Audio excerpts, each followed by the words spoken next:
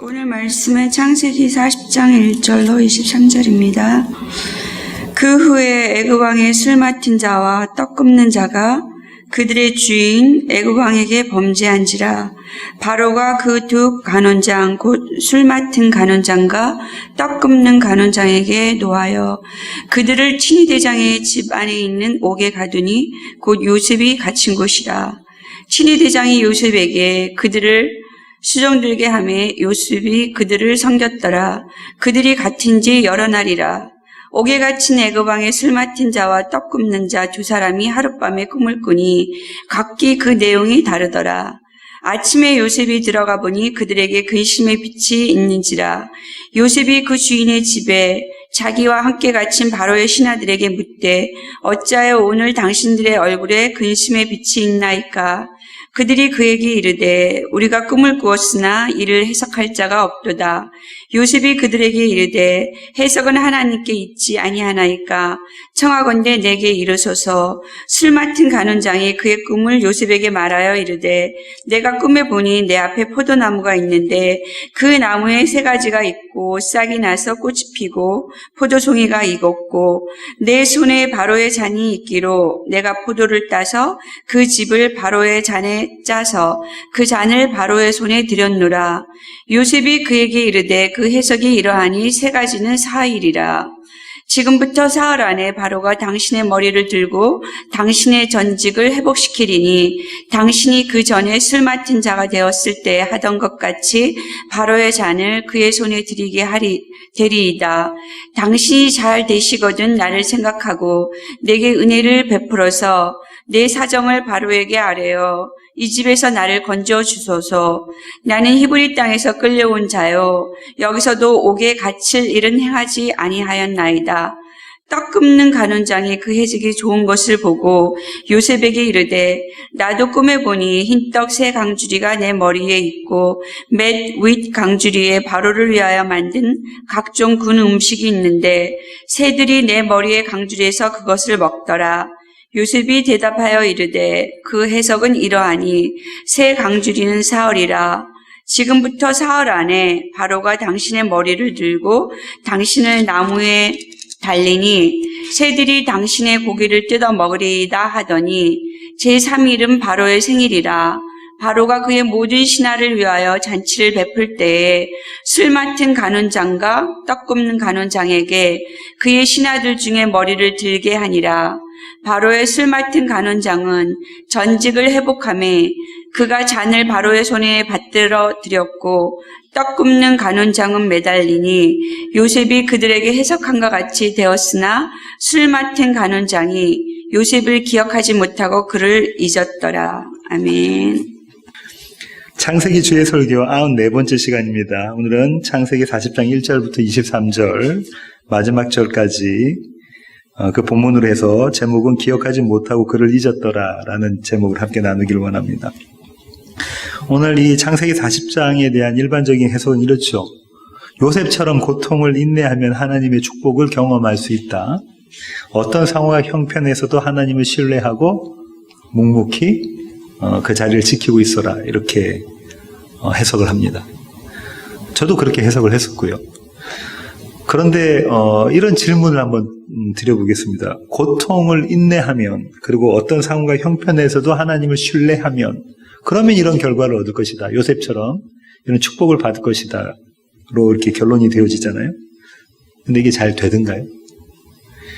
고통을 인내하는 것이 잘 되고 또 하나님을 어떤 상황과 형편에서도 하나님을 신뢰한다는 게 잘 되던가요?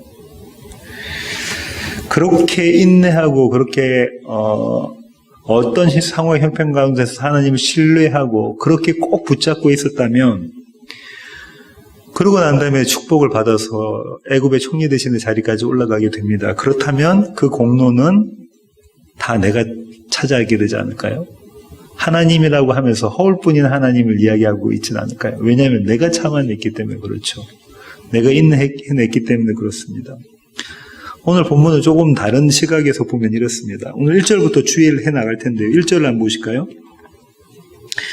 그 후에라는 건 앞에 어떤 사건이 있었다는 거죠? 예. 바로의 친위대장인 경호실장인 보디발의 아내가 요셉을 유혹하죠. 그 유혹에서 벗어났는데 그 유혹을 물리쳤는데 오히려 그것은 감옥에 갇히는 결과가 있었다라고 되어져 있죠. 그 후에 애굽 왕의 술 맡은 자와 떡 굽는 자가 그렇게 나오는데요. 애굽 왕의 술 맡은 자와 떡 굽는 자, 다시 말하면 술 맡은 관원장과 떡 굽는 관원장은 어느 정도의 레벨이냐면요. 당시의 모든 왕들은 암살을 두려워했겠죠. 특별히 그 중에서 독살, 음식이나 마시는 물, 음료에 독이 들어가 있을까봐 두려워했죠. 가장 쉽게 죽이는, 임금을 죽일 수 있는 방법이잖아요. 왕을 죽일 수 있는 방법. 그래서 그것을 관리하는 사람을, 가장 자기가 믿을 만한 사람을 그 자리에 앉힙니다. 그러니까 총리 대신 다음으로 가는 자리라는 거예요. 우리는 어떤 대목에서 그걸 잘 알 수가 있냐면요. 느헤미야 1장으로 한번 가보실까요? 느헤미야 1장. 1장 11절 한번 보실까요? 11절 하반절 한번 보시겠습니다. 느헤미야 1장 11절 하반절. 그때에 내가 왕의 술관원이 되었느니라. 누가 술관원이 되었다고 그러죠?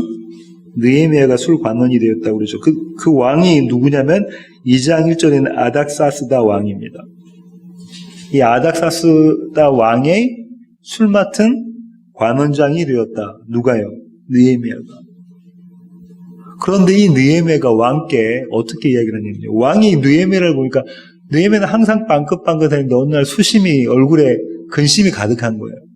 너 왜 그러니? 라고 물어보니까는 왕 앞에 두려운 마음으로 이야기하죠. 어떻게 이야기합니까?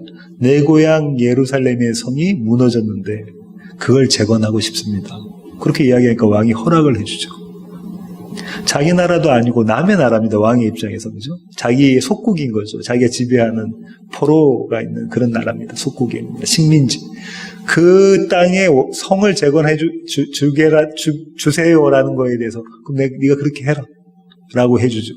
대단한 위치입니다. 그죠? 술 맡은 관원장과 떡 굽는 관원장이라는 것은 대단한 위치라는 거예요. 모든 권력을 쥐고 있습니다. 그런 자들이 지금 어디에 모였냐면, 어디 붙잡혔냐면 감옥에 들어온 거죠. 왜 감옥에 들어왔죠? 1절 하반절부터 2절까지 읽어보겠습니다. 그들의 주인 애굽 왕에게 범죄한지라 바로가 그 두 관원장 곧 술 맡은 관원장과 떡 굽는 관원장에게 노하여. 옥에 지금 세 남자가 갇혀져 있는데요. 그 사람들은 모두 죄인입니다. 맞습니까? 죄인 아니면 옥에 갇힐 리가 없잖아요. 모두 다 죄인입니다. 두 명은 누구에게 범죄했죠?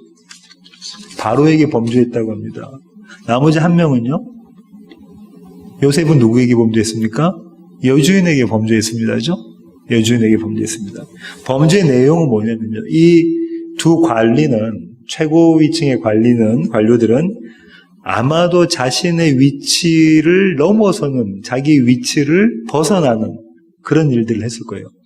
어쩌면 그게 직무를 제대로 하지 못했던 직무유기라든지 직무태만일 수도 있고요. 아니면 너무 교만해져서 바로 앞에서 까불었을 수도 있죠. 어떤 죄인지는 성경은 이야기하고 있지 않지만 그런 죄 중에 하나였을 것입니다. 하여튼 자기의 자리를 지키는 것을 벗어났을 거라고요. 그런데 요셉은 자기의 자리를 지켰습니까? 예, 그는 끝까지 자기의 자리를 지켰습니다.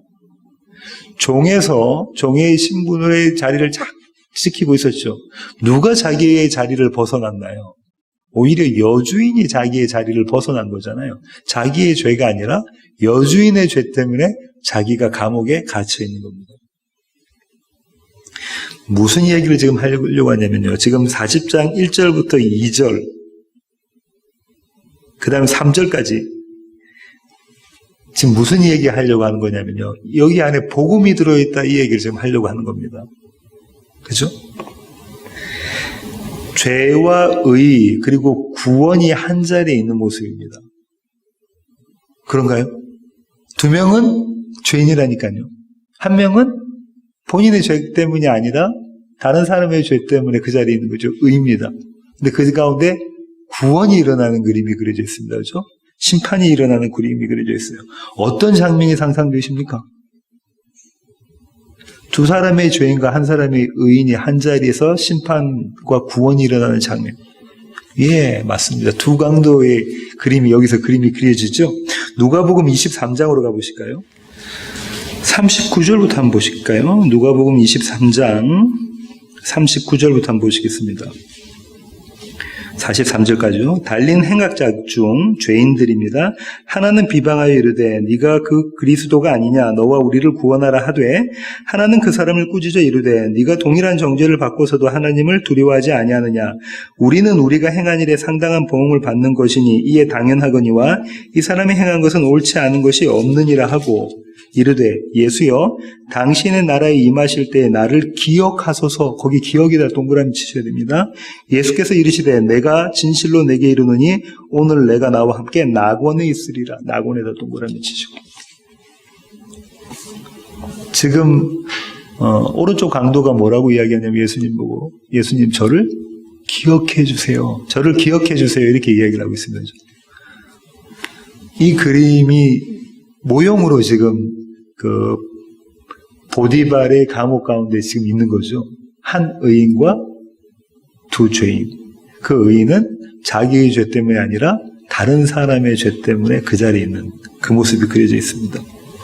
4절 보실까요? 친위 대장이 요셉에게 그들을 수종들게 하매 요셉이 그들을 섬겼더라. 그들이 갇힌 지 여러 날이라. 친위 대장이 요셉에게 네가 이 두 사람을, 왜냐하면 이 사람이 고위직 간부 있잖아요. 관리였잖아요. 이 두 사람을 섬겨라라고 명령을 합니다. 이 친위대장이 보디발이 있잖아요. 신학자들은 그래서 이렇게 이야기합니다. 보디발은 요셉의 결백을 믿었을 것이다. 자기 아내의 부정을 알았을 것이다. 하지만 종의 신분이고 아내의 신분이기 때문에 그렇게 하지 않았어요. 그대로 내버려둘 수는 없기 때문에 감옥에 넣었을 것이다. 왜냐하면 그렇게 안 했으면 당시의 종은 그 자리에서 죽이니까요. 그러니까 그만큼 이 요셉을 믿었을 것이다라고 이야기를 합니다. 예, 그럴 수가 있습니다. 근데 여기는 그거보다 더 중요한 게 어떤 게 있냐면요. 하나님의 일하심이 여기에 드러나고 있습니다.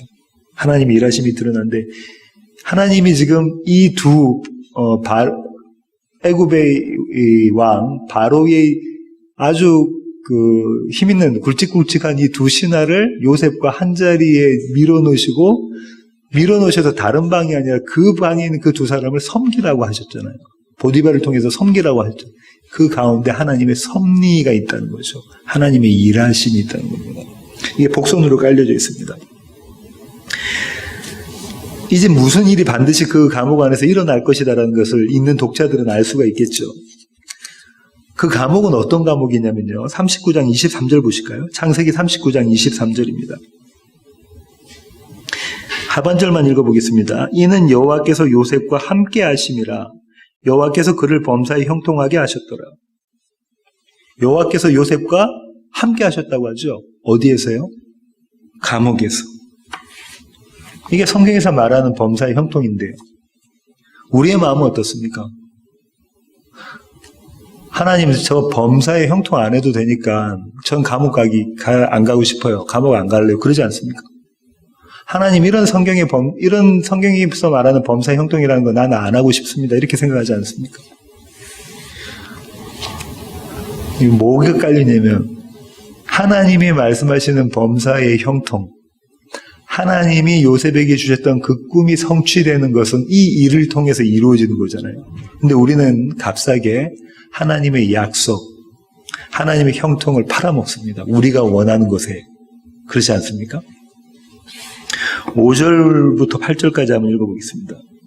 옥에 갇힌 애굽 왕의 술 맡은 자와 떡 굽는 자 두 사람이 하룻밤에 꿈을 꾸니 각기 그 내용이 다르더라. 아침에 요셉이 들어가 보니 그들에게 근심의 빛이 있는지라. 요셉이 그 주인의 집에 자기와 함께 갇힌 바로의 신하들에게 묻되 어찌하여 오늘 당신들의 얼굴에 근심의 빛이 있나이까? 그들이 그에게 이르되 우리가 꿈을 꾸었으나 이를 해석할 자가 없도다. 요셉이 그들에게 이르되 해석은 하나님께 있지 아니하니까 청하건대 내게 이르소서. 이 두 관원의 얼굴에 수심이 가득했다고 하죠. 근심이 있었다고 합니다. 세상의 모든 사람들의 모습이죠. 근심 있는 모습입니다.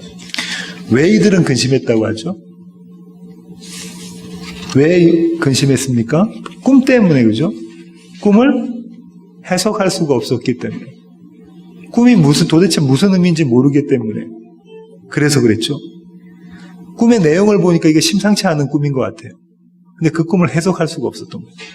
당시의 꿈은 누가 해석했냐면, 점순가들, 그 다음에 또 마술사들, 우리말로는 점쟁이들, 주술가들, 이런 사람들이 꿈을 해석했거든요. 근데 감옥에 그런 사람들이 있을 리가 없잖아요. 그러니까 도대체 이 꿈을 내가 해석을 못하겠다. 이거 중요한 꿈인 것 같은데. 그때 요셉이 진리 이야기를 합니다. 무슨 진리 이야기를 하냐면 꿈의 해석은 하나님께 있습니다. 해석은 하나님께 달려 있습니다. 라고 이야기를 하죠. 이게 참 아이러니컬한데요. 요셉이 지금 이 두 관원들이 자기들이 꿈을 꿨는데 꿈의 해석이 뭔지 모르겠다. 도대체 무슨 의미인지 모르겠다라고 이야기하는 그 마당에 요셉이 이렇게 이야기하죠. 꿈의 해석은 하나님께 달려 있습니다. 그런데 한번 생각해 보실까요? 그렇게 말하던 요셉은 왜 그 자리에 그 감옥에 들어가게 됐습니까? 무엇 때문에? 자신의 꿈 때문에 들어가게 됐습니다. 그렇죠? 자신의 꿈 때문에 들어가게 됐죠. 왜요? 형제들이 다 나에게 절해. 심지어 아버지 어머니까지도 나에게 절해.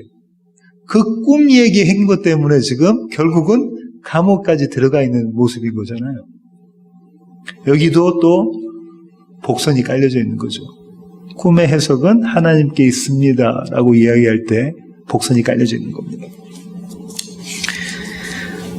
요셉은 꿈 이야기했다 지금 이 모양 이 꼴이 된 셈입니다. 그죠? 9절부터 13절까지 한번 보실까요? 술 맡은 관원장이 그의 꿈을 요셉에게 말하여 이르되 내가 꿈에 보니 내 앞에 포도나무가 있는데 그 나무에 세 가지가 있고 싹이 나서 꽃이 피고 포도송이가 익었고 내 손에 바로의 잔이 있기로 내가 포도를 따서 그 즙을 바로의 잔에 짜서 그 잔을 바로의 손에 들여놓으라.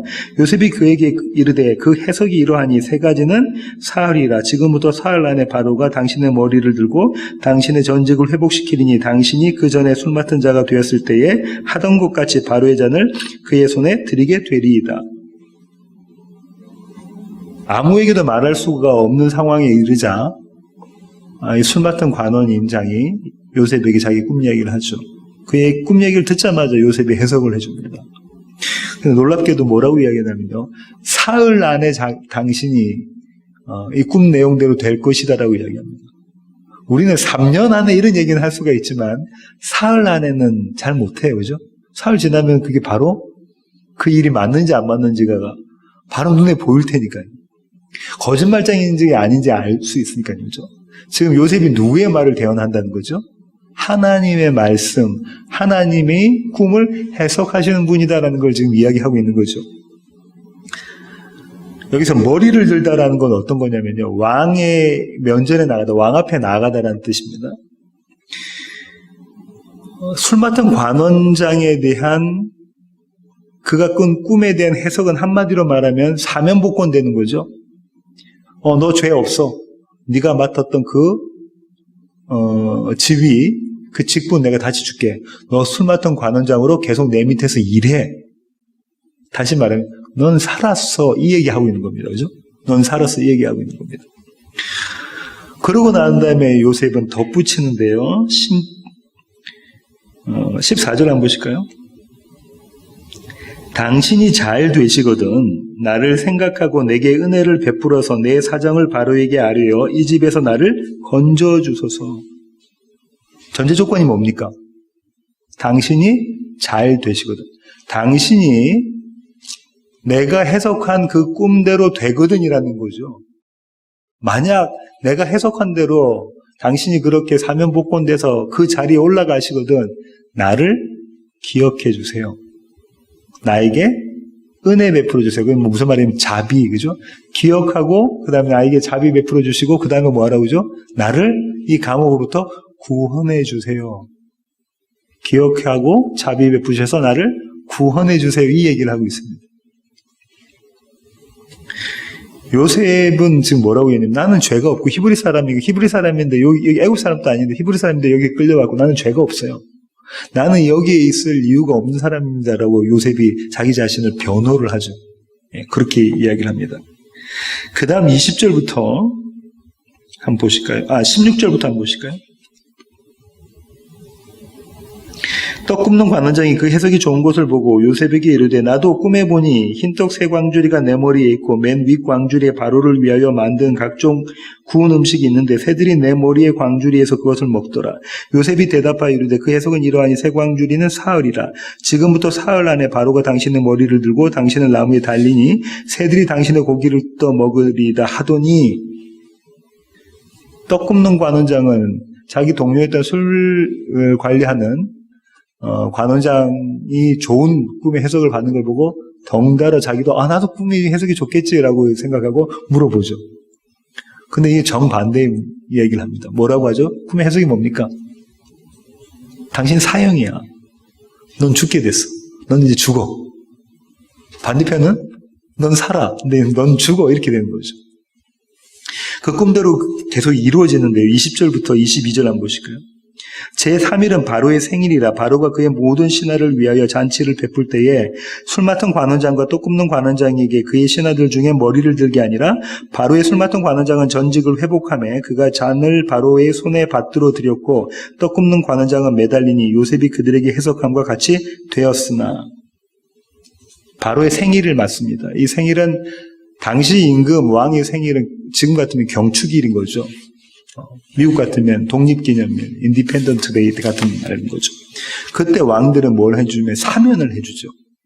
감옥에 있는 사람들 중에서 이 사람들은 괜찮아 풀어줘 이렇게 이야기를 하는 거죠. 그때 술 맡은 관원장은 풀어주고 떡 굽는 관원장은 사형을 시켜버렸습니다. 뭐라고 지금 성경이 기록하고 있냐면 요셉이 그들에게 해석함과 같이 되었다라고 이야기를 하고 있죠. 다시 말하면 어떤 거냐면 이 꿈의 해석은 누구에게 달렸다고 요셉이 얘기했죠? 하나님. 하나님께서 해석하신 대로 모든 것이 이루어졌다라고 지금 요셉이 창세기 기자가 이야기를 하고 있네요. 그러고 난 다음에 오늘 본문의 마지막 절입니다. 23절인데요. 술 맡은 관원장이 요셉을 기억하지 못하고 그를 잊었더라. 요셉을 기억하지 못했습니다. 3일 만에 어떻게 요셉을 기억하지 못할 수 있을까? 근데 3일밖에 안 지났는데, 그죠? 그래서 어떤 신학자들은 이렇게 엉뚱한 이야기를 하기도 하는데요. 하나님께서 강권적으로 부분 기억 상실증이 걸리게 하셨다. 이렇게 이야기를 하기도 합니다. 그럴 리가 없죠. 왜 그렇게 했을까요? 왜 이제는 기억을 못했을까요?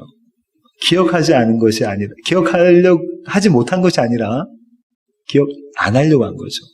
다시 말하면 무시해버린 겁니다. 이그노해버린 거예요. 무시해버린 겁니다. 인간으로서는 당연한 처사입니다. 왜냐면요. 자기가 감옥까지 갔다가 자기 동료는 죽었어요. 그날. 같은 시각에. 근데 자기는 살아났잖아요. 그 자리가 얼마나 조심스러웠을까요? 마치 살얼음판을 걷는 것처럼 조심하지 않았겠어요? 매사에 조심. 그런 판국에 저 사람 끄집어내야지, 저 요셉이라는 청년을 내가 끄집어내야지, 히브리 사람이 억울하게 죄를 지어가 죄도 안 졌는데 억울한 사람이 감옥에 갇혀있는데 내가 끄집어내야지 이런 생각까지 안 한다는 거죠. 나만 생각하게 돼 있는 거죠. 내 코가 석자입니다. 그죠? 이 관원장은, 술 맡은 관원장은요, 바로의 권력이 어떤 것이라는 거, 바로의 한마디로 죽고 살고가 결정된다는 걸 다 알고 있는, 몸소 경험한 사람입니다. 조심하죠. 이 모습이 저와 여러분의 나 중심의 세계, 나 중심주의입니다. 매일매일 우리는 이 모습으로 살아가고 있죠. 그런데 이런 그자를 하나님께서는 그대로 내버려 두지를 않으십니다. 다음 시간에 할 건데요. 41장 8절 9절 한번 보실까요? 창세기 41장 8절 9절, 8절 하번절부터 한번 보겠습니다. 그의 꿈을 말하였으나 그것을 바로에게 해석하는 자가 없었더라. 바로가 꿈을 꿨는데 그 꿈의 해석을 물어봤는데 아무도 해석을 못했다고 하죠. 9절, 술 맡은 관원장이 바로에게 말하여 이르되 내가 오늘 내 죄를 기억하나이다. 뭐라고 이야기하죠? 내가 오늘 내 죄를 기억합니다라고 이야기를 하고 있습니다. 뭐가 죄라는 거예요? 마땅히 기억해야 될 걸 기억하지 못한 그것이 죄다라고 이야기하는 거죠. 네, 죄다. 요셉에게 요셉을 기억했어야 되는데 그걸 기억하지 못하고 있는 자신이 죄다라고 이야기하고 있는 거죠. 하나님을 잊어버린 자, 하나님의 말씀을 잊어버린 자, 하나님의 은혜를 잊어버린 자의 모습이 있는 거죠. 그렇게 2년이라는 세월이 지나갑니다. 한 달도 아니고 2달도 아니고 2년이라는 세월이 지나가요. 술 맡은 관원장에게 요셉이 뭐라고 이야기했죠? 뭐라고 요청했습니까? 제발 나를 기억해 주시고 나에게 은혜, 자비 베풀어 주셔서 나를 이 감옥으로부터 구원해내 주십시오. 건져내 주십시오. 그렇게 요청을 했거든요. 그런데 2년 동안 그의 요청은 묵살이 돼버렸죠. 무시당했습니다. 요셉의 마음은 어땠을까요? 우리는 요셉을 어떻게 생각하냐면요. 마치 이 성인, 예수님처럼 이렇게 생각을 하는데 요셉이 저와 여러분과 똑같은 성정을 갖고 있는 사람이라면 이때 요셉의 마음은 어땠겠습니까? 사흘 지나고 풀려나갔으니까 이제 며칠 있으면 내가 이 누명에서 벗어나서 자유를 누리겠구나라고 생각 안 했겠어요? 3일이 지나도 또 이야기 없고 또 3일이 지나도 이야기 없고 3개월이 지나도 이야기가 없어요. 계속 똑같은 일을 합니다. 그 중에 그 감옥 안에서 죽어나가는 사람도 봤겠죠. 사형당해서 나간 사람도 봤을 겁니다. 자신이 믿고 있었던 사람을 의지했던 것까지 다 잘라지고 무너지고 그렇게 되는 순간 요셉은 경험하게 되는 거죠. 요셉은 이제 내가 망하게 되었구나라고 생각하지 않았겠습니까? 이 자리에서 내가 망하게 되었구나. 마지막 남아있던 사람에게 걸었던 그 한 가지 희망마저 이제 깨끗이 없어졌구나라고 생각하지 않았겠습니까? 시편 13편입니다. 다윗이 노래했던 시인데요. 한번 보시겠습니다. 여호와여 어느 때까지이니까 나를 영원히 잊으시나이까? 주의 얼굴을 나에게서 어느 때까지 숨기시겠나이까? 나의 영혼이 번민하고 종일토록 마음에 근심하기를 어느 때까지 하며 원수가 나를 치며 자랑하기를 어느 때까지 하리이까? 여호와 내 하나님이여 나를 생각하사 응답하시고 나의 눈을 밝히소서.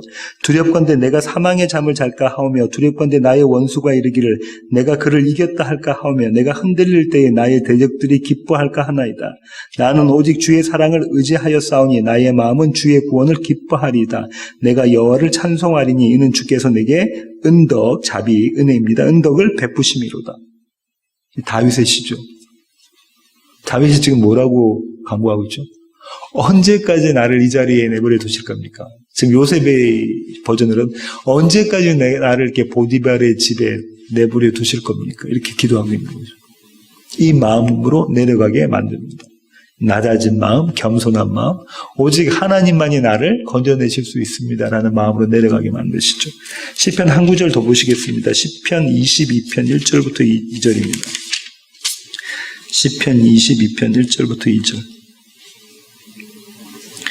내 하나님이여 내 하나님이여 어찌 나를 버리셨나이까? 어찌 나를 멀리하여 돕지 아니하시오며 내 신음소리를 듣지 아니하시나이까? 내 하나님이여 내가 낮에도 부르짖고 밤에도 잠잠하지 아니하오나 응답하지 아니하시나이다. 역시 다윗의 시인데요. 내 하나님이여 내 하나님이여 어찌 나를 버리셨나이까? 어디서 들은 거죠? 십자가에서 예수님께서 하셨던 말씀이죠. 엘리 엘리 라마 사박다니. 나의 구원은 오직 하나님밖에 없습니다 라는 고백이고 그 고백 가운데 하나님의 일하심이 성취되는 거죠. 오늘 설교 제목이 뭔가요? 기억하지 못하고 그를 잊었더라. 누가요? 술 맡은 관원장이 사흘 만에 기억하지 못하고 기억을 안 하고 무시하고 그를 잊어버리죠. 어떤 메시지를 주고 싶으냐면요. 그는 기억하지 않았지만 나는 단 한순간도 너를 잊은 적이 없다. 이 얘기를 하고 싶은 거예요, 하나님. 그는 애굽을 다스리는 위치에 가 있는 그는 기억하지 않았지만 나는 단 한순간도 너를 잊어버린 적이 없다. 나는 너를 기억하고 너의 꿈, 나의 약속을 기억하고 있다. 그걸 내가 이루어 나가고 있다는 거죠. 출애굽기 2장 24절부터 25절 한번 보실까요? 찾으셨으면 제가 한번 읽어보겠습니다. 하나님이 그들의 고통 소리를 들으시고 하나님이 아브라함과 이삭과 야곱에게 세운 그의 언약을 기억하사 하나님이 이스라엘 자손을 돌보셨고 하나님이 그들을 기억하셨더라. 하나님이 뭐 하셨더라? 기억하셨더라. 그들을 기억하시고 당신의 언약, 약속을 기억하시고 그들의 부르짖음을 들으셨다. 6장, 출애굽기 6장 5절부터 7절 한번 보실까요? 출애굽기 6장 5절부터 7절입니다. 이제 애굽 사람이 종으로 삼은 이스라엘 자손의 신음소리를 내가 듣고 나의 언약을 기억하노라. 그러므로 이스라엘 자손에게 말하기를 나는 여호와라. 내가 애굽 사람의 무거운 짐 밑에서 너희를 빼내며 그들의 노역에서 너희를 건지며 편팔과 여러 큰 심판들로 너를 속량하여 너희를 내 백성으로 삼고 나는 너희의 하나님이 되리니 나는 애굽 사람의 무거운 짐 밑에서 너희를 빼낸 너희 하나님 여호와인 줄 너희가 알지라. 아까 요셉이 술 맡은 관원장의 꿈을 해석해주고 난 다음에 뭐라고 했냐면 나를 기억하고 나에게 은혜 베풀어서 나를 이 감옥에서 건져내주세요. 구원해 내주세요. 이렇게 요청했잖아요. 지금 출애굽께서 여호와 하나님이 이스라엘 백성에 대해서 뭐라고 말씀하고 계시면 내가 너를 기억하고 너에게 은혜 베풀어서 너희를 종된 몸에서 건져내겠다라고 말씀하고 계시잖아요. 이 복음이 심려져 있는 거죠. 이 메시지를 주시고 싶은 겁니다. 그는 기억하지 않았지만 나는 단 한순간도 너를 잊은 적이 없고 너를 기억하고 있다. 저는 오늘 이 본문을 읽으면서요. 요셉이 이렇게 이야기하잖아요. 이 두 관원장들에게 술 맡은 관원장, 떡 굽는 관원장님들에게 이렇게 이야기를 하잖아요. 꿈의 해석은 하나님께 있습니다. 하나님이 이 꿈은 이런 거야 이렇게 해석해 주신다는 그 정도의 수준이 아니죠. 꿈 꿨는데 돼지 꿈 꿨어? 복권 사? 뭐 이런 거 얘기가 아니라는 거예요. 호랑이 꿈 꿨어? 태몽이네? 아주 좋아. 이 정도 수준이 아니라 지금 뭐 이야기하는 겁니까? 그 꿈을 이루시는 분이 하나님이시다를 설명해 주고 있는 거죠. 네 꿈을 이루시는 분이 하나님이시다라는 거예요. 비전 이런 게 아니고요. 네가 하고 있는 모든 것 가운데 너를 이 세상을 움직이고 가시는 분이 역사를 만들어 가시는 분이 하나님이시다 이 얘기 지금 하고 있는 겁니다.